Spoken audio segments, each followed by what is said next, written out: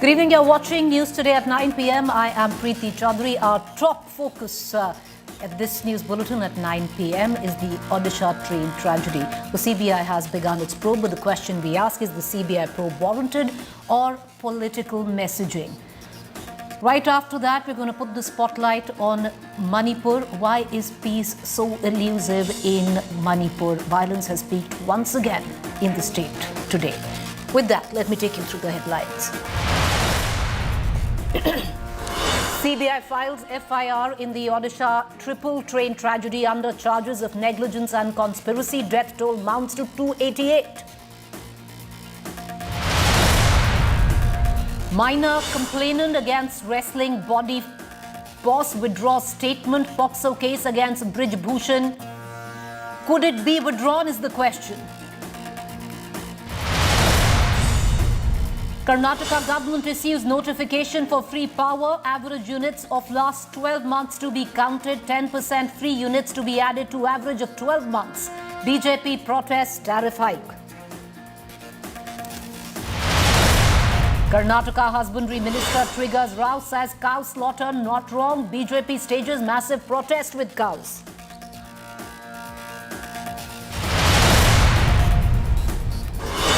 Big online conversion racket busted in Ghaziabad. 4 minors from Haryana, Punjab converted. Minors were tricked through online gaming apps.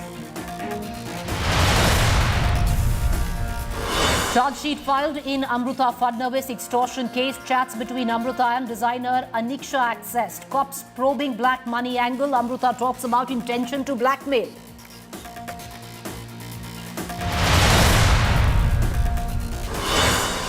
White House hails India's vibrant democracy. The statement comes days after Rahul Gandhi's criticism, India government and institutions abroad.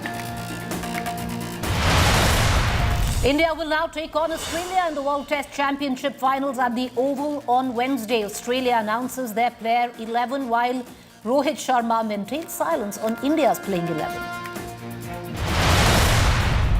And Apple launches its most anticipated product since the iPhone in 2007, augmented reality headset to revolutionize work and entertainment, but no release date for India yet.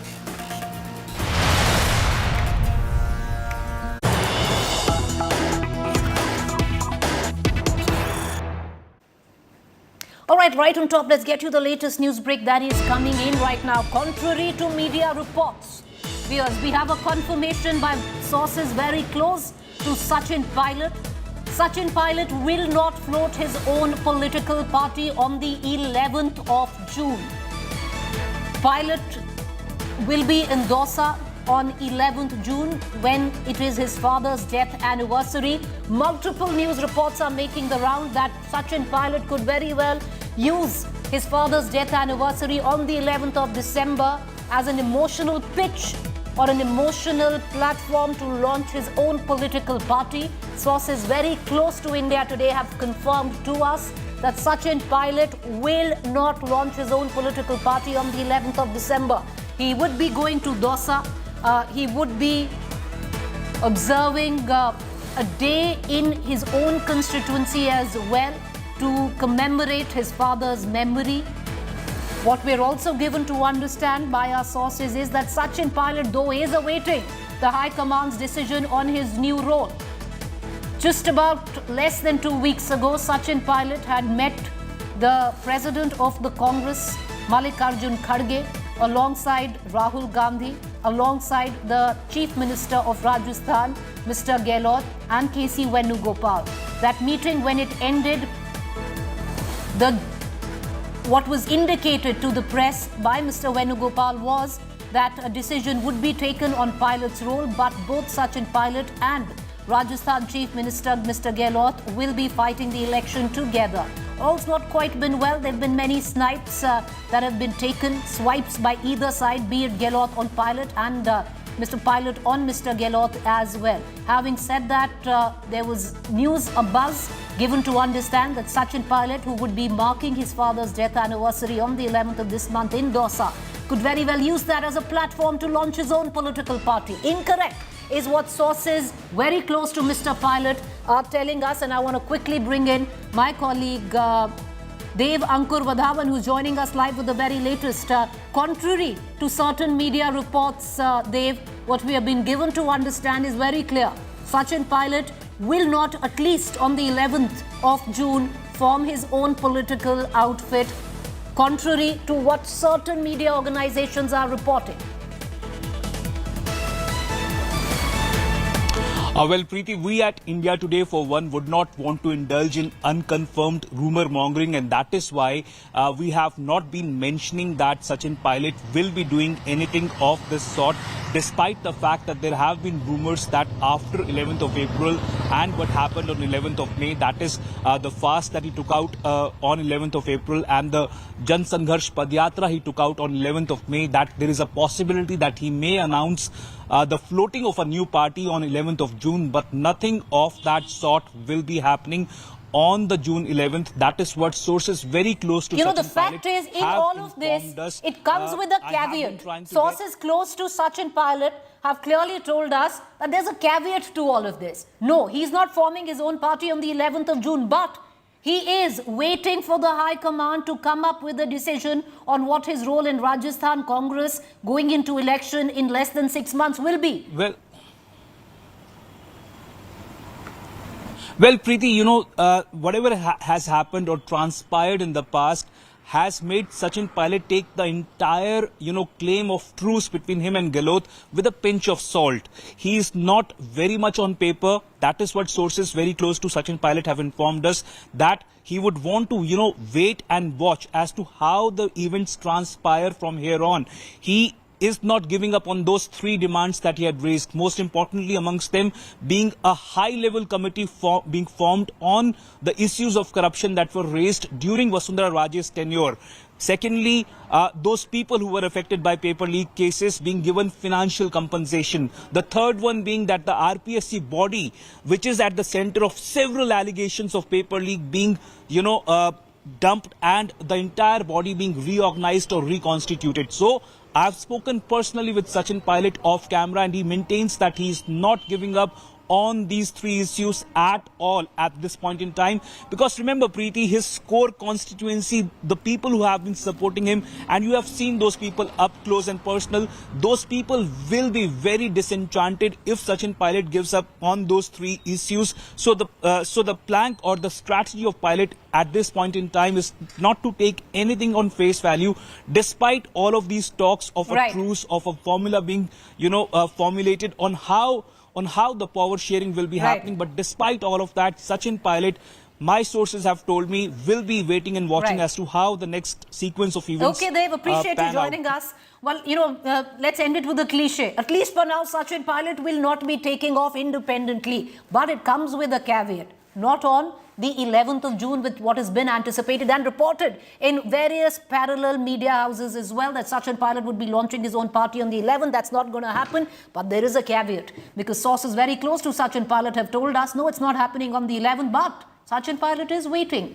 to hear from the Congress High Command on what his role is, and time is running out, because in less than 6 months, viewers, there is an election to be fought in the state of Rajasthan. With that news break, let's quickly shift focus to our top political story for the day. Politics has once again erupted over the transfer of the triple train collision investigation to the CBI. The agency has filed an FIR and started its investigation. The opposition claims that the Modi government is managing headlines by announcing a CBI probe. The BJP has defended the decision. Here's more.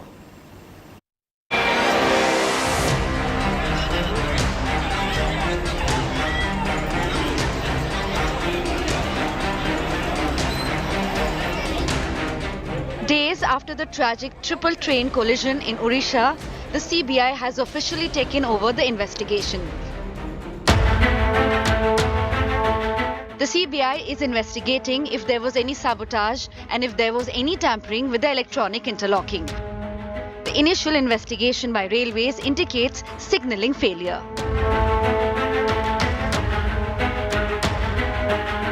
The agency will also probe if any railway employee had any role in the accident. An FIR has been filed by the CBI under sections of the law that deal with death due to negligence and planned acts. The Commissioner of the Rail Safety has also started an inquiry. The inquiry is underway. I have called all the witnesses for inquiry, and after inquiry is over, then only we will know what is the reason for that. किन लोगों को बुलाया गया था अभी तक? जो driver, guard, जो वहाँ के स्टाफ हैं, जितने भी लोग वहाँ पे इन्वॉल्व, 1886 उनका देखने का एंगल कुछ और है, मेरा कुछ और है। दोनों का पैरेलल चल सकता है, कोई दिक्कत नहीं उसमें। The opposition is questioning the decision to order a CBI probe. West Bengal Chief Minister Mamata Banerjee visited Cuttack and met victims of the rail accident. Mamata pointed out that she too had ordered a CBI probe into a train crash in 2010, but it yielded nothing. I said truth must come out. Let the good sense prevail. Truth must come out. इतना जिंदगी चला गया, इतना आदमी का मौत हुआ, अभी आर्गुमेंट करने का टाइम नहीं है। कैसे हुआ, इतना जिंदगी चला गया, और सच बाहर में आए, हाँ मैं चाहते हैं। The BJP in West Bengal has hit out at the TMC for questioning the CBI investigation. তৃণমূলের কনস্পিরেসিটা বের করার জন্য এই পুরো ইনসিডেন্টের পিছনে তৃণমূল আছে। তৃণমূলের কনস্পিরেসিটাকে আইডেন্টিফাই করা, কালকে রাতে থেকে প্যানিক কেন, এত সিবিআই নিয়ে অডিট কেন, তো প্লেস অফ অকারেন্স অন্য স্টেটে, এত প্যানিক কেন? এই call record tapping, conversation between two responsible railway officers, এটা যে কত বড় আগামী দিনে স্ক্যাম एक्सपोज होते जाते तृणमूल बुझते पारे। डर जाने का कोई बात नहीं है। अभिषेक बनर्जी को पहले उसका नवजोहार यात्रा चल रहा था, उस समय ईडी उसको बुलाया, वो गया, ईडी को जो सवाल है उसको जवाब दे दिया। तो डरने का कोई बात नहीं, हम लोग डरते नहीं हैं। शुभेंदु अधिकारी एक फालतू आदमी है, पहले हमारा पार्टी में था, अभी बीजेपी में जाके उल्टा सीधा बोल रहा है। The Congress is calling the CBI investigation headline management by the Narendra Modi government. It pointed out how an earlier NIA probe into a 2016 train mishap did not prove any conspiracy. प्रधानमंत्री जी ऐसे rail मंत्री जिसको rail का बिल्कुल ज्ञान नहीं है उसको बर्खास्त करे। कभी बोलते हैं टेक्निकल फेलियर है, कभी सीबीआई को इंक्वायरी देते हैं और वहां जश्न मना रहे हैं तालियां बजा बजा के, टाटा कर करके। 350 लोगों ने, निर्दोष लोगों ने अपनी जान गंवाई है, उनकी जिम्मेवारी किसी को तो लेनी पड़ेगी ना रेल मंत्री जी।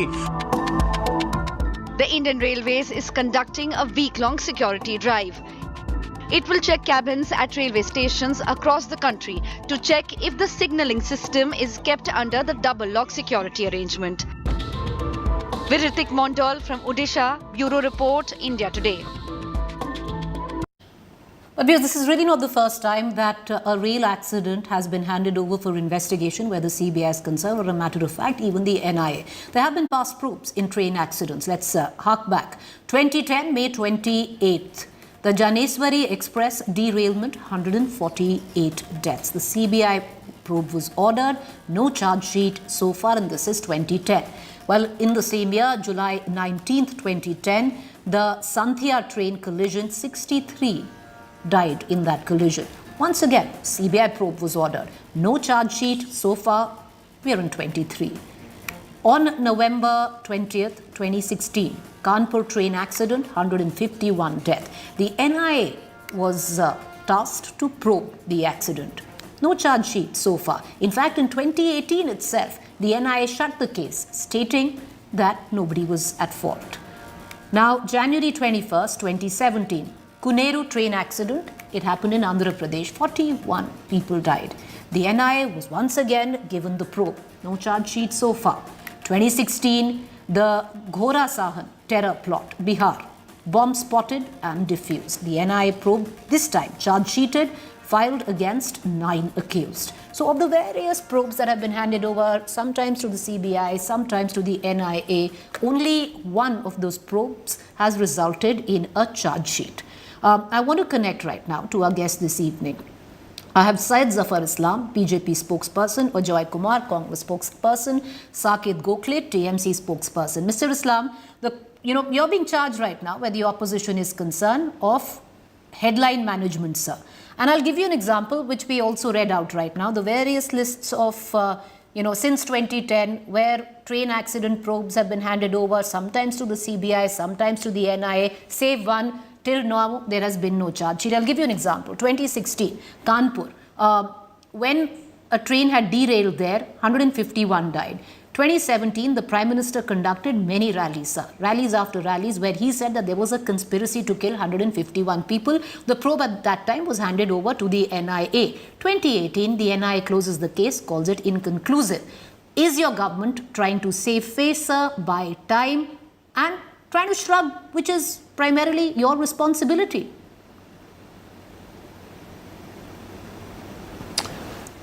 There are two things which is important. First, that it's a major accident. It's a very sad moment for every Indian. And I don't think that any party should take this opportunity to play politics.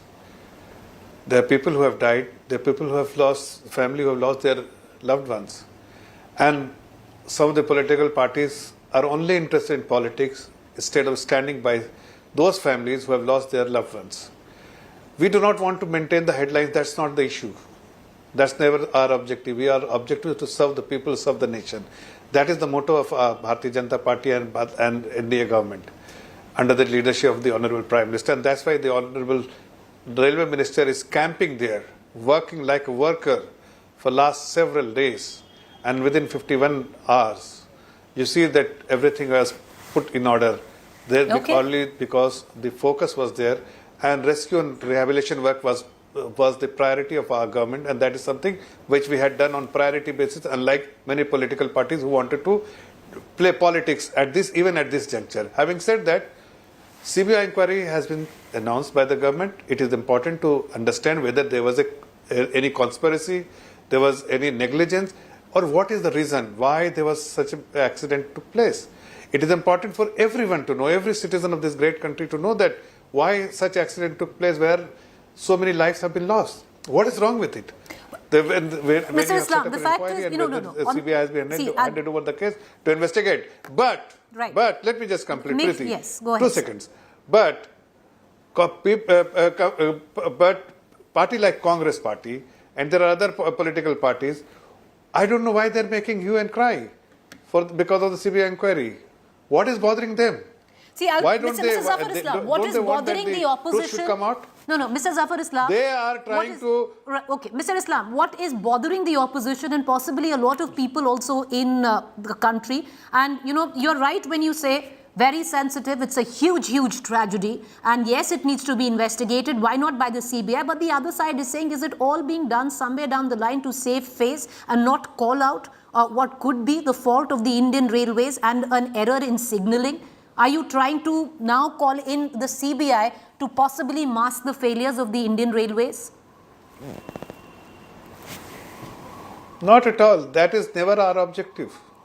By hiding some failure on anyone's part, will never serve. You will never be able to serve the nation.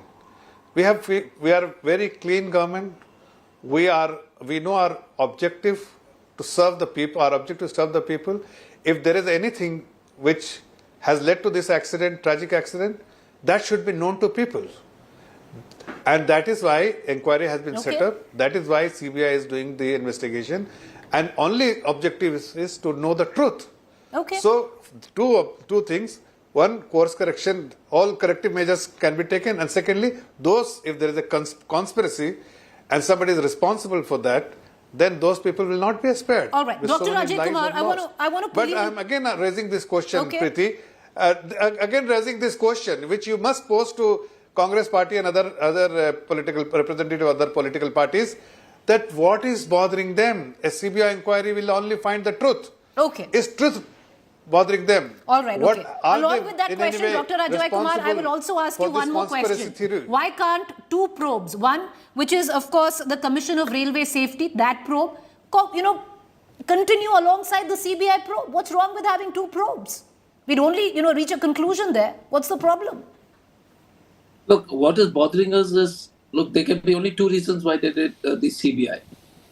either they are so clueless and absolutely brainless, honestly, or they want to cover up something, is that their own shortcoming. So that's what, Zafarbai, that's what's bothering us, is that I don't think you guys are so stupid, so challenged otherwise. So I suspect that you want to cover up something, and I'll tell you what is the cover up. If you were so sensitive, Mr. Zafar Islam Saab said that, we want to play politics. It's strange. Ashwini Vaishnav is the only guy who is sending his photos from the accident site on Twitter, waving, everything else. No victim, nothing, no people working. Prime Minister changes his dress twice. He also does a meeting in which all TV channels are taking a photo of the Prime Minister saying that he's ripping the Balasore. So that's as far as politics is concerned. Two things set aside. Now, important part, Preeti, is here is the party and a government which is claiming to be sincere when they ignored the CAG report for so long. They ignored the report of the chief operating manager of Southwestern Railway saying there will be a disaster from Mysore. And they had the temerity to come on a national TV and start saying we are bothered about, don't do politics. Because you do One Day Bharat and don't invest in security, because you get 10 crores for Mr. Modi's inauguration, you don't do security, then you have the temerity and the audacity to come on national TV and say that you're bothered about the people. If you're bothered about the people, Preeti, then the old people would not be sleeping in the upper berth. No, let me complete. Okay, if you were bothered, the women would not be sleeping on the upper berth. If you were bothered, you would have not stopped the senior citizens concession. But forget, people don't matter. The important part is there is something called track reading machine, which checks the track. Some of the areas, 100% of the tracks are not being checked. Signaling is failure. So Mr. Ashwini Vaishnav, 3.5 lakh posts are vacant. And have they given the same seriousness and visibility to the Commissioner of Railway Safety? No. And that is what pains me, because, and I'll finish. Dr. Kumar, I'll come back to what the initial probe suggested. Those questions, whether or not it's trying to save their face or shrug blame, have been asked by Mr. Islam. But having said that, the initial probe, and I'm reading out, the Commissioner of Railway Safety concluded that there was an interference with the points and the electronic interlocking system. Therefore, the needle of suspicion is on sabotage. So why not also get the CBI in? Nobody is saying that you can't run a parallel probe by the CRS, which is, of course, the Commission of Railway Safety. No, but if you read you read the report, they also said that there's a manipulation of the signaling, which he suspects because the data logger will be there. Now, my question again is, the CBI probe can happen. But the issue is, if you have a cough, Preeti, if there is cough, the first thing would you think is of cancer, or would you think of something simpler? If there's a plane which falls from the sky, would you think of a bomb, or would you think of, and it has to be inquired. The process which has been established used to be, everybody has made mistakes on that, and we continue to do it, that the Commissioner of Railway Safety does this inquiry, and they reach the conclusion of sabotage. Now, that report is not there. These are all, put up, I don't know what are the resources, because I've been searching and all. My question is very simple. There is a very well-established scientific process for the railways. The Commissioner of Railways Safety comes under the Civil Aviation Ministry. They inquire into everything and then said, these are our recommendations. But before they gave their recommendations, to divert attention for their abysmal failure and the continuous lies, they want to divert attention. Another headline. Dr. Kumar, that was what the first question was to Mr. Islam, where in 2016 exactly the same playbook was followed where the BJP was concerned, but it's a playbook not just in the hands of the BJP, Mr. Gokhale, and you'd know that better because your own leader from the TMC, Mamta Banerjee, herself has ordered a CBI probe in 2010 as well. Nothing came out of that. But having said that, what the TMC is doing is that we don't want to politicize the issue. But, that comes in with the rejoinder of that the BJP the railway minister needs to step down. There was no kavach. And then we are not politicizing the issue. But you are politicizing the issue, Mr. Gokhale. No, we're not. Ms. Choudhary, it's very simple. Politicizing, the word politicizing a tragedy means what Prime Minister Modi does after Pulwama, where he goes to Bihar and says, give us vote in the name of dead soldiers, give us votes in the name of nationalism. That is called politicizing. What we, along with other opposition parties, are doing is we are asking questions, which is our duty. Forget being our right as the opposition.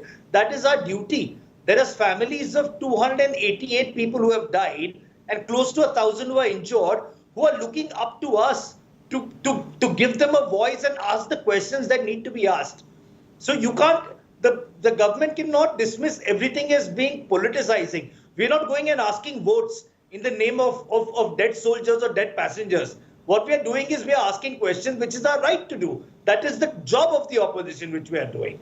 Second thing, as far as the CBI probe goes, let me put it very simple and very straight. When an FIR is filed, it's called a first information report. What that means is, whichever the investigating agency is, be it the police or be it the CBI, it means that they have received prima facie information about a cognizable offense being committed, and therefore that is being investigated. Until now, as Dr. Ajay Kumar also rightly pointed out, the CAG report of 2021, the letter returned by the official from Mysore division of the railways, all of them have pointed out constantly that there is a great risk of derailment. Okay. That there is a similar, sorry, let me finish. Yes, sir. That there is a problem with the signaling system which had happened in February, where the Sampark Kranti Express almost avoided a collision like what happened in Odisha.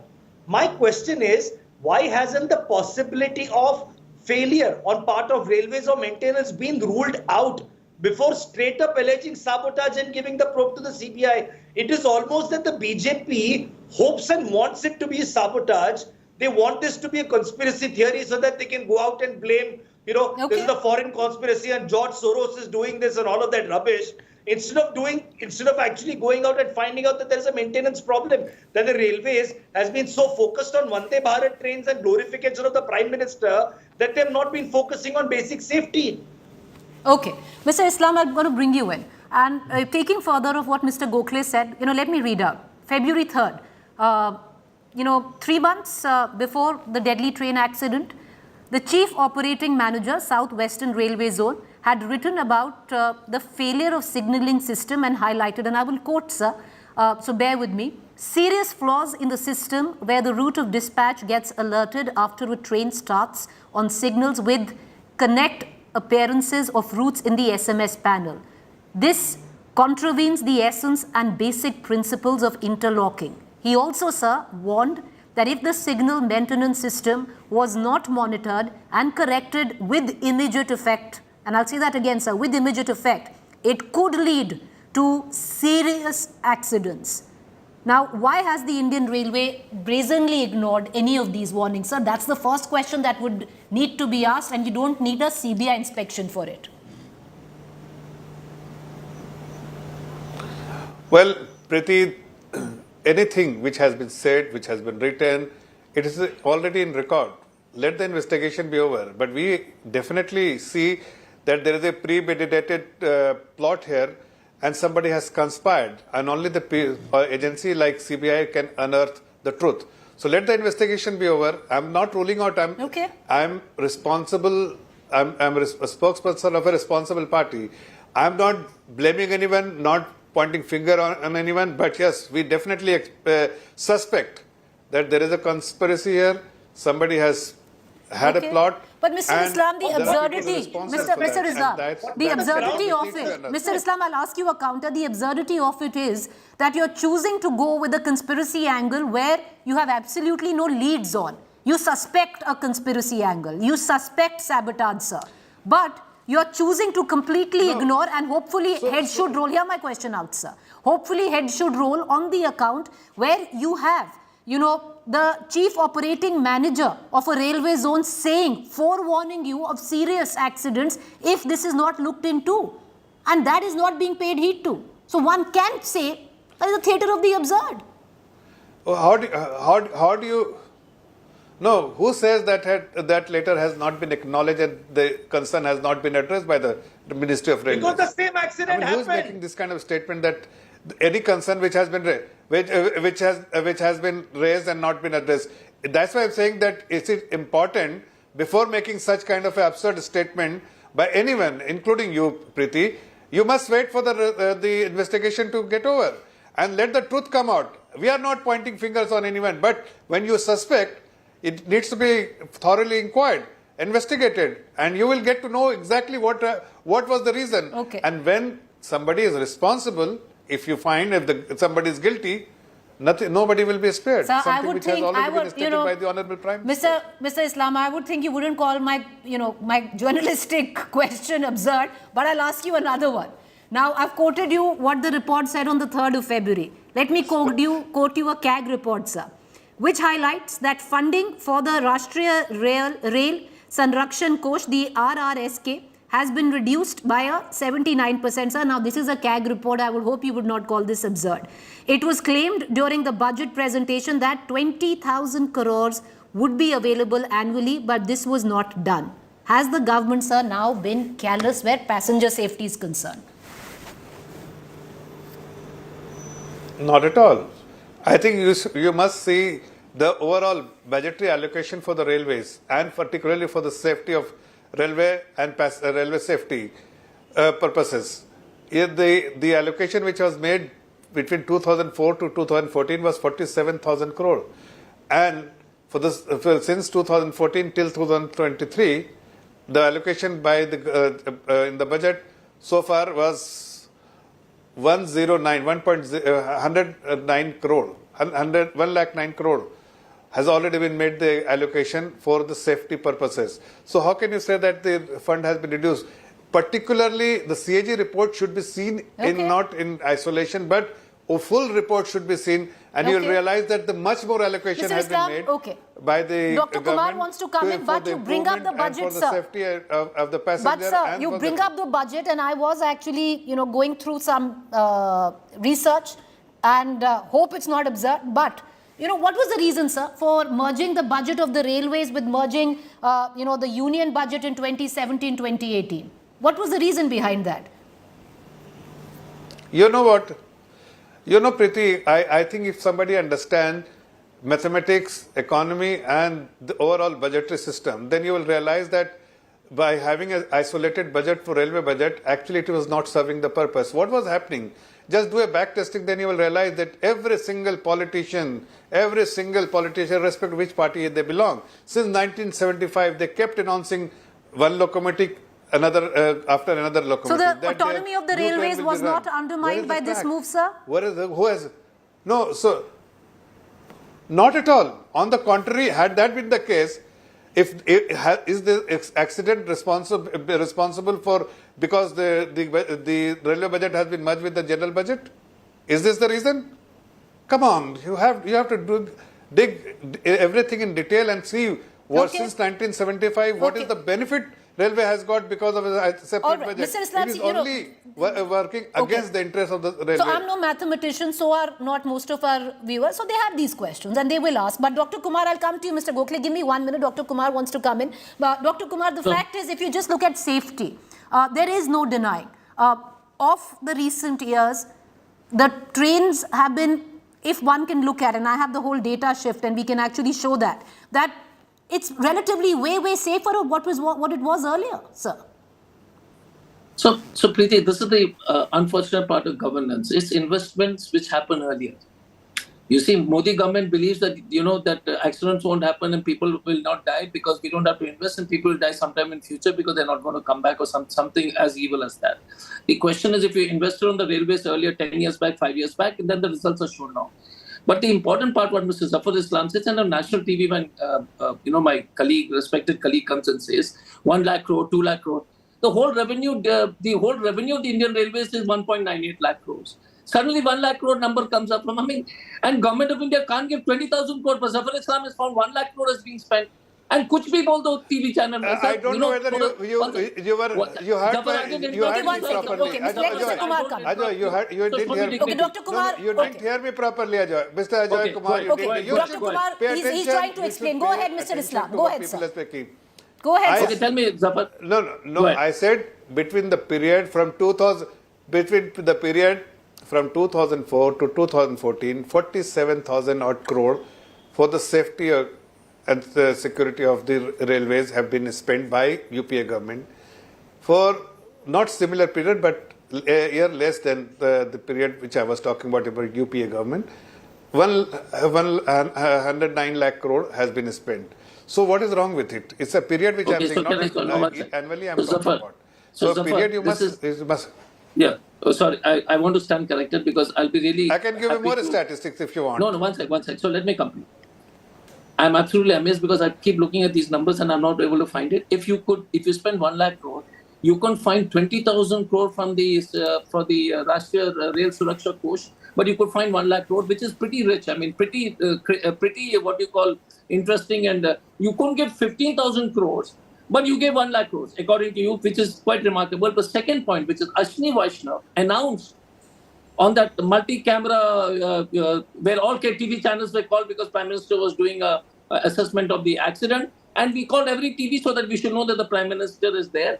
And by the way, the clothes he was wearing, the clothes he was wearing was different from the clothes he wore when he went there. No, more power to him for changing clothes. That's absolutely okay. The railway tragedy doesn't matter. The boss has to change his clothes. But the most important part is Ashwini Vaishnav announced that we have found the reason. Either Ashwini Vaishnav is hiding the reason that CBI should arrest him first. Okay. Because he announced on that, he said, we have found the reason, sir. We have found the reason. Mr. Gokhale, I'm running short of time. I want to make it. Okay, yes, sir, you make your point. Last, Saket, I'll just finish off with the last. One second, Zafar sir, I didn't interrupt. The CBI has got no competency on technical matters. That's why they're not able to figure out. The guys who would recommend should be the Railway Safety Commission, not the but the Railway Safety Commission is carrying out a probe. And Mr. Gokhale, giving it to the CBI, I have a question. Now, we don't know whether this was sabotage. But we also don't know whether it wasn't sabotage, sir. Wouldn't the CBI waste precious time if it just wasn't roped in earlier? See, I have a simple question here. First of all, the allegation of conspiracy and sabotage has only been coming from the BJP. I have not heard a single official talk about conspiracy yet, except for the BJP. No one from the railways is saying that. Second thing, in terms of negligence, let me give you a simple example. Minister Ashwini Vaishnav himself has long been talking about Kavach anti-collision. This technology was brought in by my leader Mamata Banerjee when she was the railway minister in 2011-2012. We are now sitting in 2023 and only 2%, mind you, only 1,400 kilometers, 2% of Indian railways has anti-collision devices attached to them. So why has the railways, despite the technology being available, from the time of Mamata Banerjee in 2011, why till 2023 has the Modi government not installed something as basic as anti-collision devices on railways? Okay.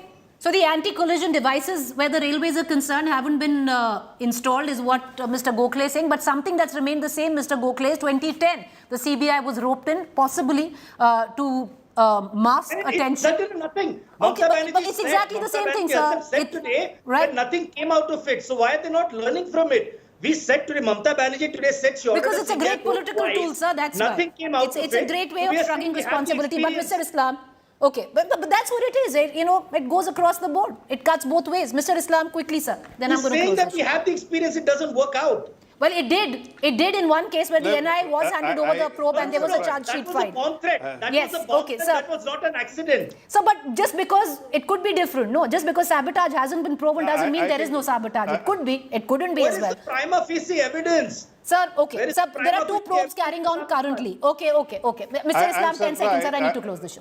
Close the debate. Go ahead, sir. I'm really surprised. Mamata Banerjee is criticizing. I don't think she has the legs to stand on subject like this, where when she was the railway minister, 1,500 people had lost their lives, precious lives. You have more than 1,000 collisions, the derailment, more than 54 collisions. And what is she talking about? Did she... Sir, the fact is, I would reckon, let's not compare over 1,000, over 200. Every one life that has been lost is a life on us. It's a life on the government. I don't know. And yes, of course. Yes. And let's seek accountability and let's not try to save face under any probe, one would suggest. But if both probes carry on at the same time... To fix the responsibility. Yes, exactly, sir. Everybody's looking for heads to roll as well somewhere down the line. Okay. Absolutely. I mean, I'm not shying away to make this a statement that anybody who will be responsible will have to face the music. You know, I'm running There's no terribly out question of about time. it, but let the You know, truth Dr. come Kumar, out. Let the I know you want to come mistakes in, with a word. I apologize. I don't have the time, but thank you, all three of you gentlemen, for joining us. We're going to keep the spotlight on. So now there are two probes, one conducted by the railway and the other one by the CBI. What comes off both, trust us to get you the latest. But right now we're going to shift focus to the state of Manipur, which remains very, very tense still. A spike in violence today. A border security force Jawan was killed and two Assam rifle personnel injured during an exchange of fire with suspected Kuki militants in Serau region. Weeks after clashes between Kukis and Meiteis rocked Manipur, the two communities are still at loggerheads. Security is beefed up on the ground to prevent any violence. However, there was a spike in violence today. Last week, Home Minister Amit Shah had in fact announced a series of measures, including a judicial probe, but they don't seem to have resulted in anything at all on ground.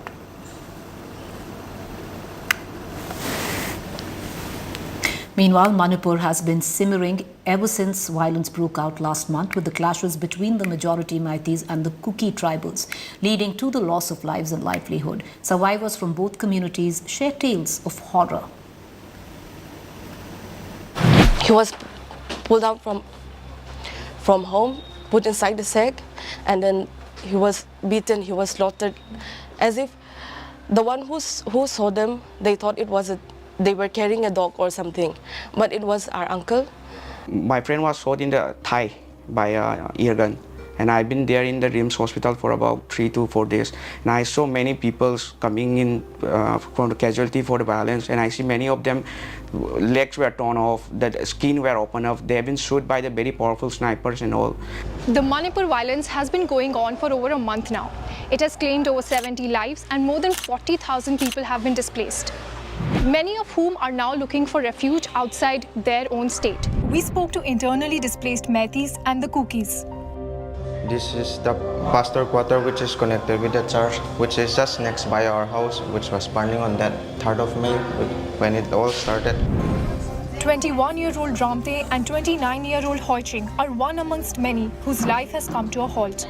The Evangelical Fellowship of India is providing relief and shelter to about 70 Kuki individuals who had to flee their state.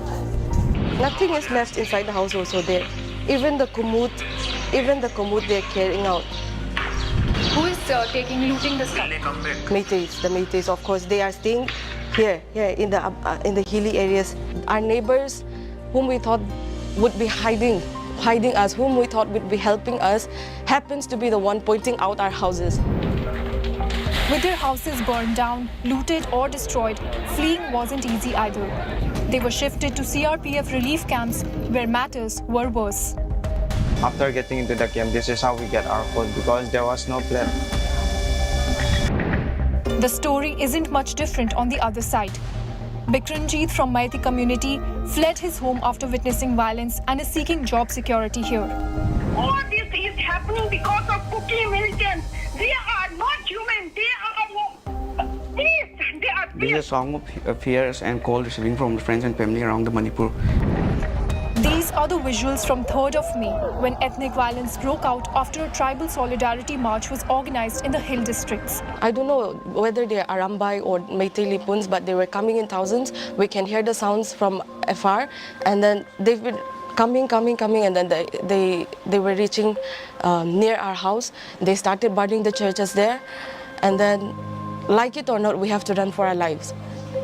It happened so suddenly that we do not take anything with us. They have started torching the gymnasium place for the public use. They have started torching down by using harmful weapons and all. They have started to process, and anti-slogan has been spreaded, like saying the slang word to the CM and to the nation. Who is they? They are the Kuki peoples. I'm not trying to prove that all Kukis are involved in this. They have been influenced by the powerful peoples, drug mafias and all. Both the communities that once lived as peaceful neighbors now not only are at loggerheads but also have separate demands. The demand is to have a separate administration, to be honest, because it's impossible to go back for people like us who just came out of the place in Infal. We cannot convert a Hindu, we cannot convert a caste You cannot be converted into scheduled tribe. We are born scheduled tribe and we have become a minority in our own state. As the conflict grows out of hand, one cannot ignore how thousands of innocent people have been engulfed in the violence. So what lies ahead for the communities? One common thread between the two is the yearning for their homeland and shared distrust of the government. The expectation from the Indian government is very low because the violence has been happening for more than 20 days. They didn't prioritize the things that going on. The violence has been going on for more than 20 days. The number of deaths has been increasing day by day. Stay quiet. This is what I would like to ask. We are asking for separate administration. We would like to go home, but we don't have a home. The government, if they are to hear our plea, I want them to give us a separate administration. Why is peace so difficult to restore where Manipur is concerned? Joining me this evening is Hemu Chandra Singh, former Manipur Minister, Thong Kholal Hokip, Assistant Professor, Center for the Study of Law and Governance, JNU, former advisor, Cookie Students Organization, Kaushik Deka, Executive Editor, India Today magazine. I want to cut across first to Mr. Hemu Chandra Singh. Mr. Singh, Mr. Singh, can you hear me? Mr. Singh, can you hear me? Yeah, I can hear you. Can you hear me? We can hear you very well, sir. You're on air. I can, but can you? Yes, sir. We can hear you very well. You're on air. Okay. Sir, my question to you is, it's been 30... Can I come in or... Sir, you are on air, sir. My question to you is, it's been 30 days of violence. 96 are dead. Over 1,000 homes of both sides of the divide, be it the Meiteis or the Cookies, have been burnt. Churches have been burnt. Temples have been burnt, vandalized. Can now we say that Manipur is a failed state, sir? 30 days. What is the government doing? Well, see, I'll put it this way. Well, we've seen the violence is not ending, which is a fact. And the Honorable Home Minister visited the state on the 1st of, he left on the 1st of June. And you can say he said about 15 days was the time when he mentioned that there will be some order and semblance of peace. But now it is almost a week. You can round it off to a week. We are speaking, as we speak, it's almost 10 o'clock now, and then you can say that, 6 days have passed. And it is absolutely not even the case of Manipur. It is a very alarming situation for the country to see, for the entire nation to see, because this has spiraled out of, to my mind, as you rightly said, out of control. And the very fact that the killings and the violence has not stopped. So I will probably, sort of break it up into two parts, as in like, let's just stop this rhetoric, because you are showing a lot of, mostly even the mainstream media, whosoever is covering this crisis, is not really focused on the way forward and possible solutions. But it is, of course, it is important definitely for optics and to get to the viewers the right picture, what is happening there. But, there's too much of... It's a humanitarian crisis, sir. You've got to tell the people who've suffered, you have to tell their stories, be it either sides of the divide. Let me come to Go that. ahead, sir. Yes, sir. Yes, may I come to that? That is what I'm talking about, because we have to talk about, see, the monsoons are going to come. You know that the northeast, particularly Manipur, is a very heavy rain-fed area. So basically, both sides, Mizoram, I'm talking about the Cookies. Let me talk about the Cookies, maybe so that I may not be perceived as a Meitei leader. You're talking about thousands of people displaced across states in Mizoram. There are thousands of people displaced this side. So we have to now actually focus on things like rehabilitation, as you rightly put. There might be an epidemic, which might break out in these camps where very, very, you can say subhuman conditions are there now. There's no drinking water, babies are being born in camps and all sorts of things. And this is a tragedy on both sides.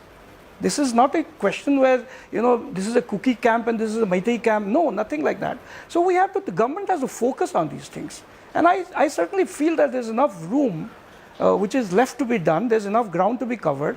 And I think when the Home Minister left, We probably thought, although he came very late, better late than never kind of a situation, and we thought there was a glimmer of hope. But contrary to that, other than the rehabilitation and the humanitarian chaos, which probably is in shambles, the one most important thing, which is so important at this point of time, is to douse the flames, and that is not happening. And please, this is not accusations, please. You know it.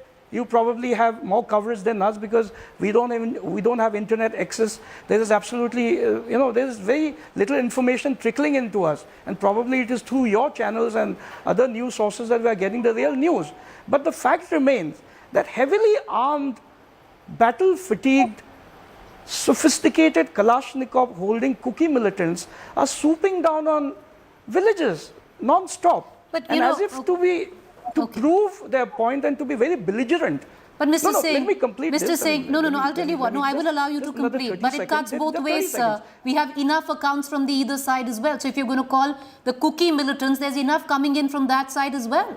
And it is our duty to show either side. The solution. You're not. So what is the solution, please? Sir, yes, go ahead. What is the solution? No, I'm not accusing. I'm not accusing anybody. No. You have to appreciate the fact that there's so much of a trust deficit today. Why are the common citizens, why are the Meiteis in particular, are up in arms? Why they are coming in thousands to protect whatever their villages?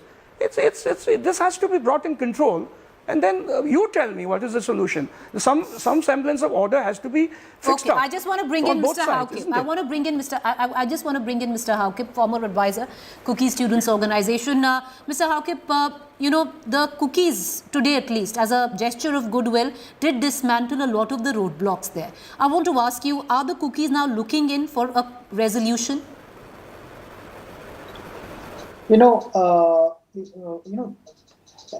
Looking into the durability and duration of the conflict, it appears that both the central and state governments are not keen in bringing down the tensions or solving the problem that we are in. Every day the fighting continues unabated, and then since the day one, we have sought president's rule, we have sought imposition of AFSPA to control the mobs. We also sought about the change in the head of government in Manipur, but nothing happens. Look into the interview by Karan Thapar today with the chief of Meitei Lipun, Mr. Pramod Singh. He warned that unless the central and state governments do something, there will be a blow from Meitei that will wipe out the whole 15-kilometer stretch of Kampopi. This kind of warning from certain radical groups who are masquerading as cultural groups, isn't this an issue of national security? The thousands of Meitei Lipun Arambai Tengos are armed with 4,000, assault rifles, 5 lakhs of ammunition. Now, they are freely roaming around in Imphal, attacking villages. Isn't that the issue of national security? We have to look into that issue also. On the other hand, the Kuki village guards are defending themselves. Today, 2 of them were killed by the security forces as well as the commandos in Sugnu area. So why can't we look into this? Why should we stop, attacking villages? Unless people attack other villages, they should not be disturbed. The security forces in the garb of area domination, they have been killing village guards day in and day out. So we have to look into this imbalance into the kind of treatment of these 2 groups. So there has to be, a kind of re-evaluation of the plans and strategies in order to bring down the situation. I want to bring in Kaushik Dekha into this conversation. Kaushik, there's been a long history of ethnic rivalry where Manipur is concerned. There have been more than one reasons what the violence that we've seen, the reason behind it. But what's the way forward? Because whatever guarantees were given with the Home Minister, whatever was set in, it's really clearly not being accepted or followed. If you talk about way forward, the immediate way forward should be to investigate and find out why there are so many illegal weapons in Manipur. This time the violence is happening. It's not some kind of a riot that 2 ethnic groups are clashing with each other. What's happening is militant groups from both sides they are indulging in violence and common people are suffering. Now, that happens only when illegal weapons are very easily available, and that's true of most of the northeastern states. The geographical location, because we are surrounded by most of the external countries, and there is a very easy availability of an illegal smuggling of arms from across the border. So short-term goal should be to stop that and confiscate whatever illegal weapons are already out in open. So that's short-term thing. But the long-term thing is that howsoever you define it as ethnic conflict, and it's not about Manipur only, it happens in other parts of Northeast also. The primary reason is scarcity of land. And add to that lack of development in the region. So what happens is that whatever little resources are available, there is a tremendous pressure on that resource. So it could be this community, that community, certain privileges enjoyed by this community, certain privileges enjoyed by the other community. For instance, in Manipur, if you look at the Meiteis have the political power, but they do not have the geography, I mean land. And the tribals like Kukis and Nagas, they would have the resources, land, but they do not have the development and political power. So there is some imbalance and there is mistrust because political groups and political leaders quite often, as we have seen in the past, they add to that mistrust because when divide and rule is the common political norm. So, so long term, if we have to find a solution, then we have to find a balance in allocating resources and fast tracking the development in the region so that there is not so much pressure on whatever resources are available. Because if you notice, a lot of Manipuri youngsters, they have already left Manipur not because of the violence, before that looking for opportunities. Mr. Singh, I don't have the time. Kaushik, I'm sorry I'm coming in, but we've terribly run out of time. But thank you, three gentlemen, for joining us. We're going to keep a keen eye and we're going to keep getting you the stories out of Manipur and why is peace so very elusive in that state. A quick break to stay with us. Up next is my colleague Pooja.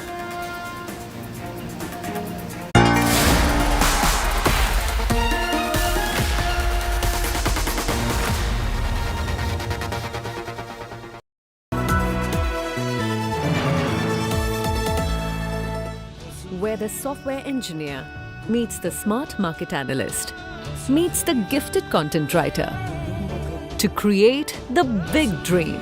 The world comes together at Sharda University. So where are you?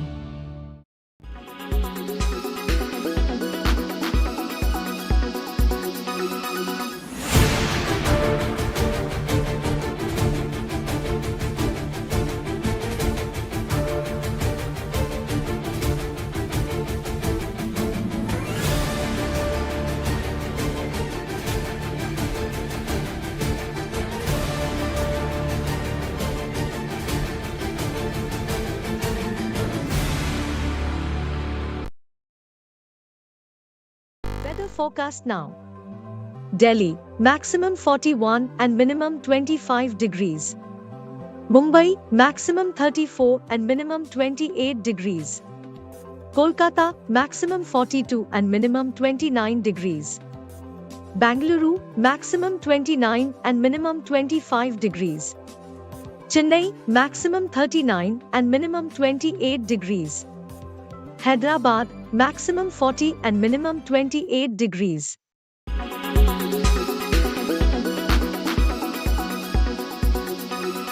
Why does this happen? Let me tell you the science behind it.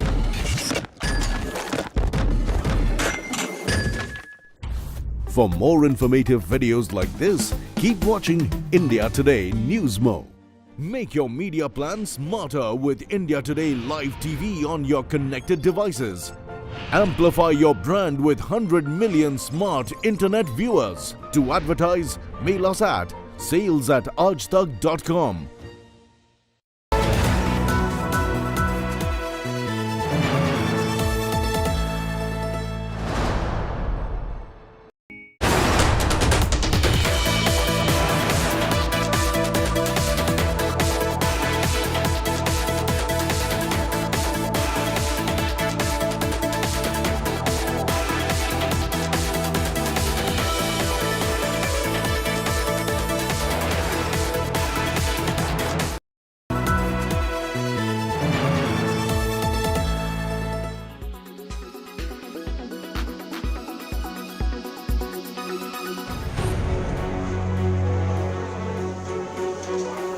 For travellers, 2023 is proving to be a summer of discontent.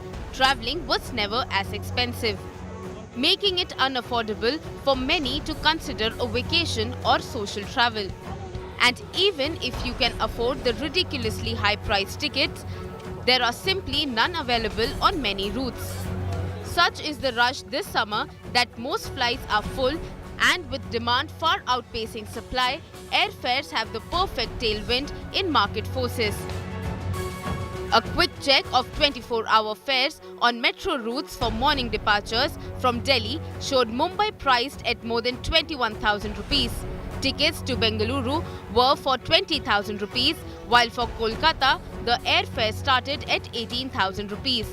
But Chennai took the cake with tickets upwards of an unbelievable 32,000 rupees. On non-metro routes, tourist magnet Goa had tickets starting at 30,000 rupees, while Bhubaneswar, Guwahati, Indore and Leh were a little lower. A quick check of travel portals shows no flights available to book for Srinagar, Ahmedabad and Patna on 6th of June. While the spike in airfares can be traced to the grounding of Go First aircraft, erasing an airline which had a 7% market share, it coincides with the great summer travel rush. This period has traditionally seen a rise in airfares every year. Aviation Minister Jyotiraditya Scindia today met representatives of various airlines in a bid to cool down the heated sector. This attains urgency given that even the Balasore train tragedy has contributed to a further spike on select routes in the eastern sector. With Karishma Asudani, Bureau Report, Business Today Television.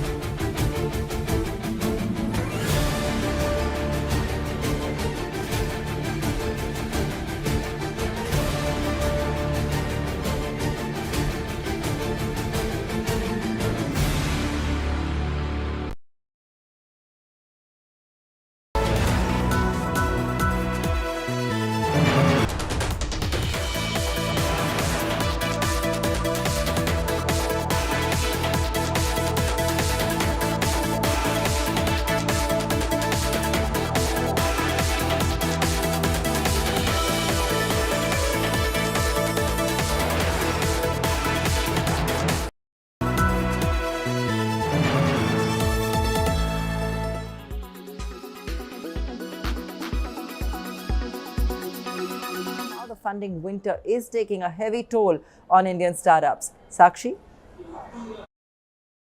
Well, that's right. It's another day, another write-down, and valuation cuts continue to plague unicorn startups in India. Now, we've seen in the recent weeks that many marquee investors have been slashing valuations of a number of new age technology companies, including Byju's, Ola, and even Swiggy. In fact, it's Byju's which has faced a reduction in valuations by BlackRock, the global leader in asset management, for the second time this year. In fact, BlackRock, which owns less than 1% in Byju's, has now valued the firm at $8.2 billion. That is 62.7% lower than the $22 billion valuation that the company was ascribed to in October of 2022. Now, this markdown comes right after February, when BlackRock had slashed the valuation of Byju's to about $11 billion. Now, apart from this, US-based investor Fidelity Investments has also cut the fair value of its holding in e-commerce firm Meesho by around 10% to around $4.4 billion. Now, it had originally led a Series F round in the startup at a valuation of $4.9 billion. Now, remember that valuation is a mix of fundamentals, potential and market sentiment, and the current market sentiment is driven by high interest rates and has increased the cost of capital and has also forced startups to focus more on profitability rather than growth. Now, in the absence of profits and the external validations of valuations through funding rounds, accounting standards and investor risk frameworks definitely demand markdowns of valuations. Experts, however, believe that although markdowns do not directly impact the companies, they may still have unfavorable implications for the future funding rounds of these companies and even the IPO plans of these firms going forward.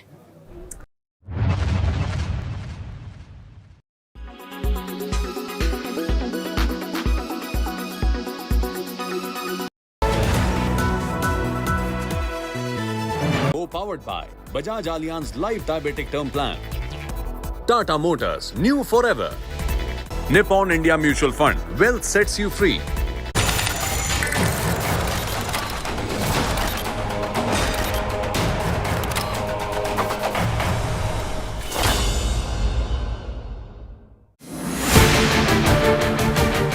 Ahead of Modi's historic US trip, US hails India's vibrant democracy.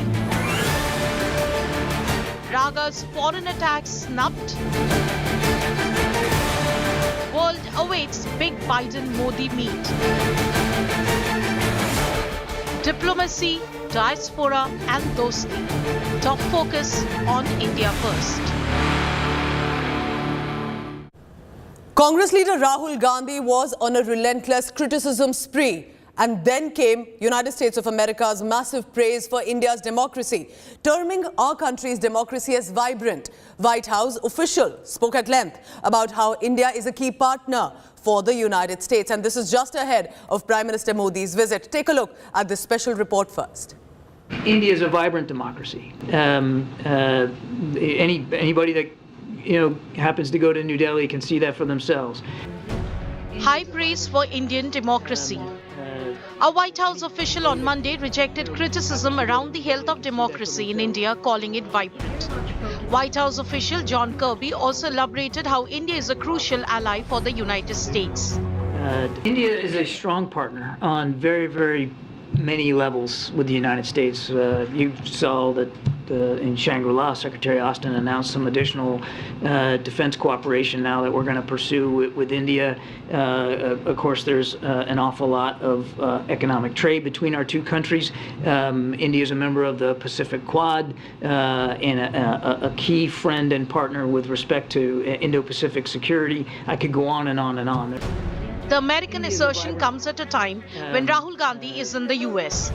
The Congress leader has targeted the Narendra Modi government over a host of issues, including alleged misuse of central agencies and the need for democracy. India has to do what's in its self-interest, right? And that's what will guide us. But as a people, we are committed to a democratic vision. So I myself am not entirely convinced about the sort of autocratic vision that is being promoted. Kirby's words of praise comes a day after Defence Minister Rajnath Singh met his